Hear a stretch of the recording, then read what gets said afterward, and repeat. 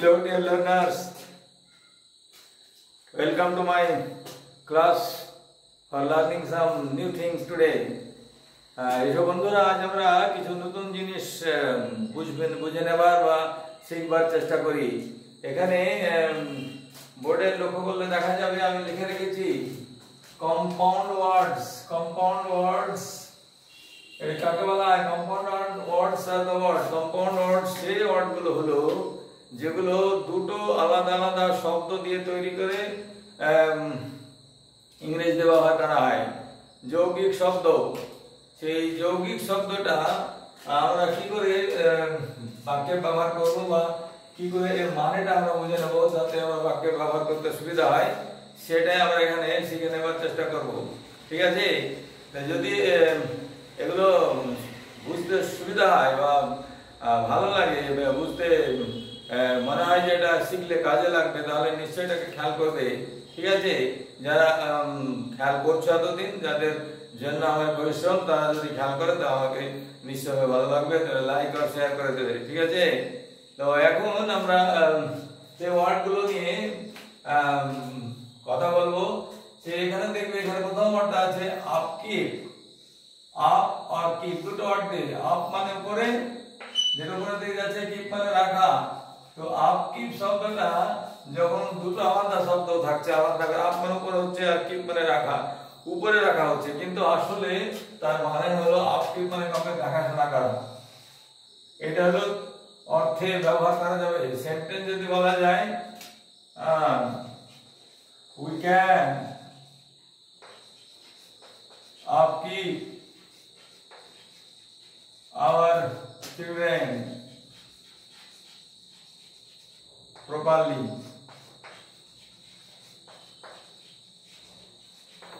আমরা আমাদের ছেলে মেয়েদের ঠিক করে দেখাশোনা করতে পারি। এই ধরনের বাক্যে তাকে ব্যবহার করতে হবে আপকিপ দিয়ে। এইখানে একটা শব্দ হলো আপ মানে করে, কিপ মানে রাখা নয়, কিন্তু এখানে আপকিপ মানে দেখাশোনা করা। উই ক্যান আপকিপ আওয়ার ইনস্টিটিউশন, আমরা আমাদের ইনস্টিটিউশন ঠিক করে দেখাশোনা করতে পারি। এই যে বাক্যগুলো এভাবে ব্যবহার করা, এই ব্যবহারগুলোকে যৌগিক শব্দের ব্যবহার বা কম্পাউন্ড শব্দের ব্যবহার করা হচ্ছে। মনে বোঝা যাচ্ছে কিছু? তো এবারে আপকিপটা হয়ে গেল। এবারে দ্বিতীয় শব্দ হচ্ছে আউট আর কাস্ট। আউট মানে হচ্ছে কি, এই আপকিপটা মিটিয়ে দিলাম। তো আপকিপের পরে যে শব্দটা এখানে আমি লিখে রেখেছি সেটা হলো আউটকাস্ট।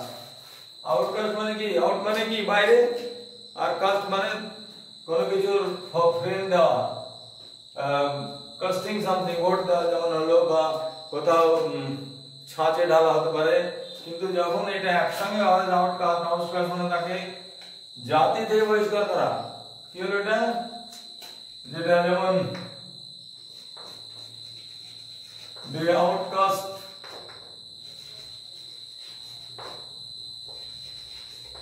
a villager, তারা গ্রামের একটা লোককে কি করেছে? বহিষ্কার করে দিয়েছে গ্রাম থেকে, তাকে একঘরে করে দিয়েছে। এইরকম করে বাক্যের বহিষ্কৃত করার জন্য আউটকাস্ট শব্দ ব্যবহার করা হচ্ছে। এখানে আউটকাস্ট যেহেতু পাস্ট টেন্স, তাই আউটকাস্ট লিখে রেখেছি। বুঝা গেল? তো আউটকাস্ট মানে হলো বহিষ্কার করা কাউকে, যে কোনো জায়গা থেকে হোক, যে কোনো প্রতিষ্ঠান থেকে তাকে তাড়িয়ে দেওয়া বা বহিষ্কার করা হলো। এইভাবে এগুলোর মানেটা বুঝে নিতে হবে এবং সেটা ব্যবহার করতে হবে। এই দ্বিতীয় বাক্যটা হলো এখানে। এবারে যে বাক্যটা আমরা দেখবো, এটা শব্দটা হলো এখানে আউটবার্স্ট। আউট মানে বাইরে, আর বার্স্ট মানে ফেটে যাওয়া।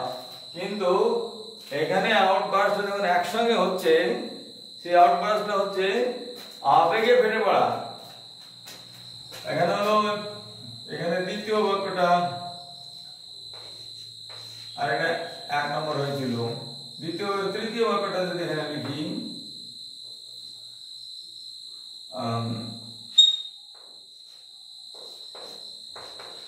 he outbursts in anger. He outbursts in anger, সে কি করে? রাগে ফেটে পড়ে। সে আউটবার্স্ট হচ্ছে তার আবেগে ফেটে পড়ার প্রকাশ। তাহলে এখানে আউটবার্স্টটা দিয়ে কি করা হলো না, কাউকে অভিমান বা আহত হওয়ার প্রকাশ করা হলো, বোঝা গেল এখানে। এবার আউটবার্স্ট এখানে মনে রাখার জন্য এই মানে বাংলা মানেটা বুঝে রাখতে হবে, আবেগে ফেটে পড়া বা নিজের ভিতরে ইমোশনকে প্রকাশ করা, নিজের ভিতরে ইমোশনকে প্রকাশ করা হলো আউটবার্স্ট, বোঝা গেল এখানে। এবারে নেক্সট শব্দটা আমরা যেটা দেখছি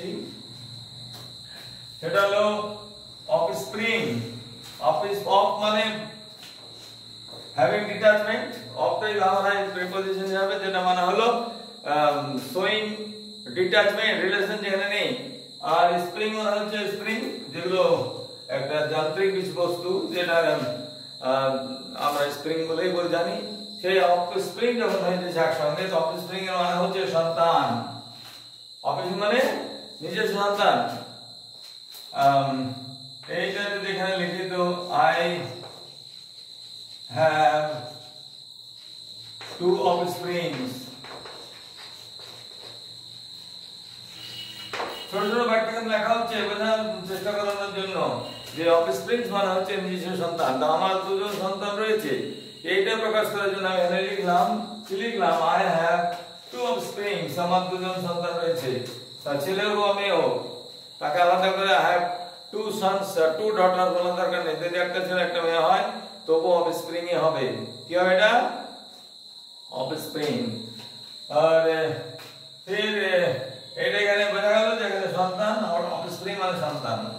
এইটা এখানে মিটিয়ে দিয়ে এবার লাস্টটা ডাউন মানে নিচে আর ফল মানে পতন। এখানে ডাউন ফল, নিচে পতন বলার দরকার নেই। কোন ব্যক্তির তার প্রতিষ্ঠা থেকে নিচে নেমে যাওয়া আর কোন রাজবংশ ধ্বংস হয়ে যাওয়া, সেটা হচ্ছে ডাউনফল। তার পতন, শুধু পতন বললে হবে। তো এখানে কোন জিনিসের যখন পতন, এমনি কোন জিনিস পড়ে যাওয়া ডাউনফল হবে না, কিন্তু যখন কোন জিনিস কোনো একটা স্ট্যান্ডার্ড থেকে নিচে নেমে যাবে, যেন একটা বড় কোম্পানি আস্তে আস্তে কি হলো, আর্থিকভাবে কমজোর হলো, তো এইরকম যদি হয় তাহলে সেখানে ডাউনফল হবে, বোঝা গেল। তো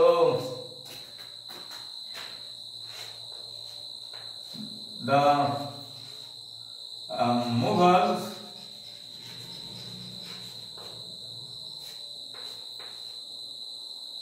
had their downfalls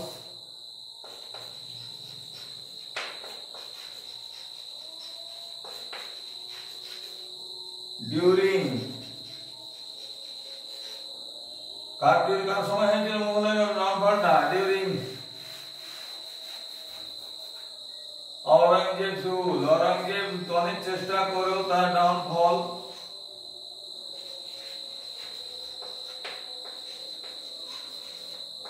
দীর্ঘদিন দক্ষিণ ভারতে যে যুদ্ধ চালিয়ে গেছে, যার জন্য অনেক অর্থ ব্যয় করে তাকে রাজ্যের শাসনটা ধরে রাখতে হয়েছে, কিন্তু তবুও তার শাসনকে ধরে রাখতে পারেনি। মৃত্যুর সঙ্গে সঙ্গে তার সেই পতনটা শুরু হয়ে গেছে। মানে তার পতন আসলে শুরু হয়েছিল ঔরঙ্গজেবের শেষ বয়সে, যখন সে তার নিজের ক্ষমতাকে ধরে রাখতে পারেনি আর বিভিন্ন ভাবে সে বিভিন্ন যুদ্ধে জড়িয়ে পড়ে, সেইটাকে ডাউনফল দিয়ে শুরু হলো, বোঝা গেল।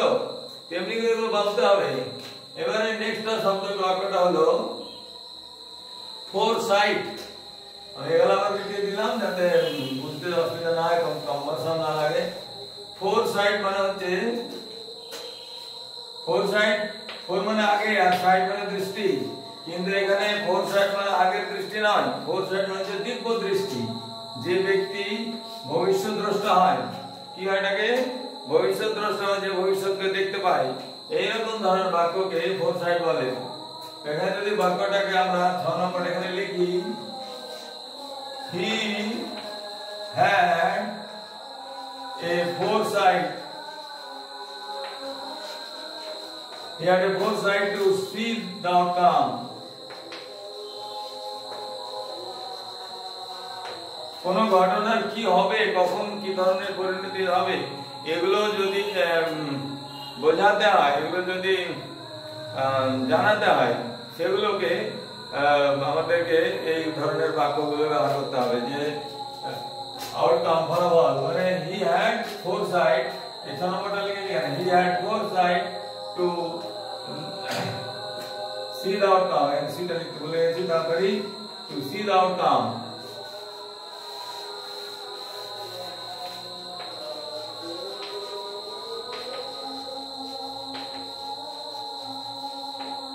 বন্ধুরা, এভাবে এগুলোকে মনে রাখার বিষয় হচ্ছে, এগুলোকে মনে রাখতে পারলে হলে নিজের জ্ঞানের পরিধিটা বাড়বে এবং সেক্ষেত্রে কোনো লস নেই অন্ততপক্ষে, এটা ভেবে আমি এটা এখানে দেওয়ার চেষ্টা করছি। ঠিক আছে, এবারে এই নাম্বার 7 বাক্যটা এখানে লেখার চেষ্টা করছি। 7 নাম্বার হলো এখানে এটা যদি মিটিয়ে লিখাতে দীপ্ত দৃষ্টিটা, তাহলে 7 নম্বর হচ্ছে আন্ডার আর টোন। আন্ডার মানে নিচে, আর টোন মানে হচ্ছে গলার স্বর। তো নিচে গলার স্বর, সেটাকে একসঙ্গে না বলে বলা হচ্ছে নিচু স্বরে বলা, কথা বলা। তো 7 number, he talked in an undertone.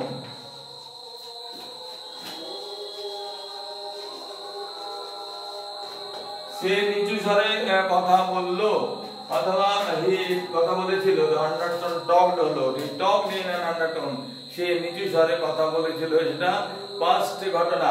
তো এইখানে আন্ডারটোন মানে নিচু স্বরে কথা বলা, এটা মনে রাখতে হবে। তো এইখানে আমি ইরেজ করে দিলাম।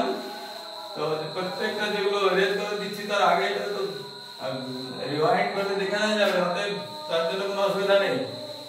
এবারে নেক্সট ওয়ার্ডটা হচ্ছে লাফিং আর স্টক। লাফিং মানে হচ্ছে হাসা, আর স্টক মানে মজুদ করা, কোনো জিনিস জমা করা। তো এখানে যখন একসঙ্গে হচ্ছে লাফিং আর স্টক একসঙ্গে একই শব্দ, কম্পাউন্ড ওয়ার্ড, তখন তার মানে হচ্ছে হাসির খোরাক বা হাসির পাত্র, নিজেকে হাসির পাত্র করা বা হাসির খোরাক করে তোলা, এইটা হলো লাফিং স্টক। তো এটা যদি আমরা বাক্যে ব্যবহার করি তাহলে কি হবে লাফিং স্টকটা? Number 8, he turned himself as the laughing stock, as the laughing stock, সে নিজেকে লাফিং স্টক বানিয়ে ছাড়লো, মানে এই যে হাসির পাত্র করে ছাড়লো তার নিজের ব্যবহার করা। তো এইরকম ধরনের বাক্যগুলো আমাদের প্র্যাকটিস করতে হবে, ব্যবহার করতে হবে। যদি এগুলো ব্যবহার করতে পারা যায় তবে নিশ্চিতভাবে বলা যাবে যে আমার সেই মানসিক গতিবিধি বিকাশ পেয়েছে এবং আমি ঠিক করে সেই বিষয়গুলো বলতে পারি লোকের সামনে। তো এই মাথাগুলো এগুলো ব্যবহার করা শিখতে হবে, বোঝা গেল? এবারে নেক্সটটা হচ্ছে লাফিং স্টকের পরে হলো ডেয়ার ডেভিল। এখানে লেখা আছে ডেয়ার ডেভিল। আমরা এটা ক্রিকেটে শুনে থাকি একটা, ডেয়ার ডেভিল হচ্ছে বেপরোয়া, যে কখনোই ভয় করে খেলে না। ঠিক আছে, তো ডেয়ার ডেভিল একটা শব্দ যার মানে হলো বেপরোয়া, মানে যে সবসময় দুঃসাহসী কাজ করতে পারে। তো এখানে বলা হবে যে, যেমন বলা যে বিরাট কোহলি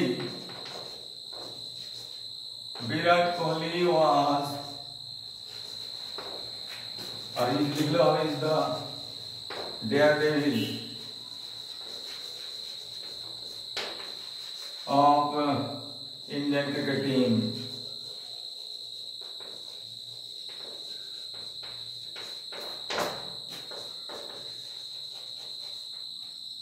বিরাট কোহলি সে কিনা হচ্ছে ভারতের ক্রিকেট দলের একজন দুঃসাহসিক এবং বেপরোয়া ক্রিকেটার, যে ভয় পেয়ে খেলে না, নিঃসন্দেহে নিশ্চিতভাবে খুবই সাহসের সঙ্গে খেলতে থাকে। এইটা হলো তার ডেভিলের প্রকাশ। এবং লাস্টে যেটা লিখেছি সেটা হলো কাট অ্যাক্রস। কাট অ্যাক্রস কথাটা মানে হলো কোনো কিছু সংক্ষেপ করার জন্য, রাস্তাকে সংক্ষেপ করার জন্য যাওয়া, রাস্তা কম করে যাওয়া। তো এখানে রাস্তা যখন কম করে চলছে তখন কোন একটা জায়গা দিয়ে তখন সেটাকে শব্দটা ব্যবহার করা যায়। যেমন we cut across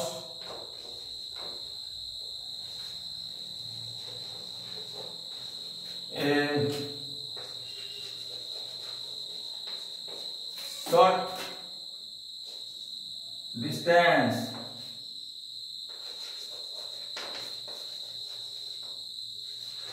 to restore school.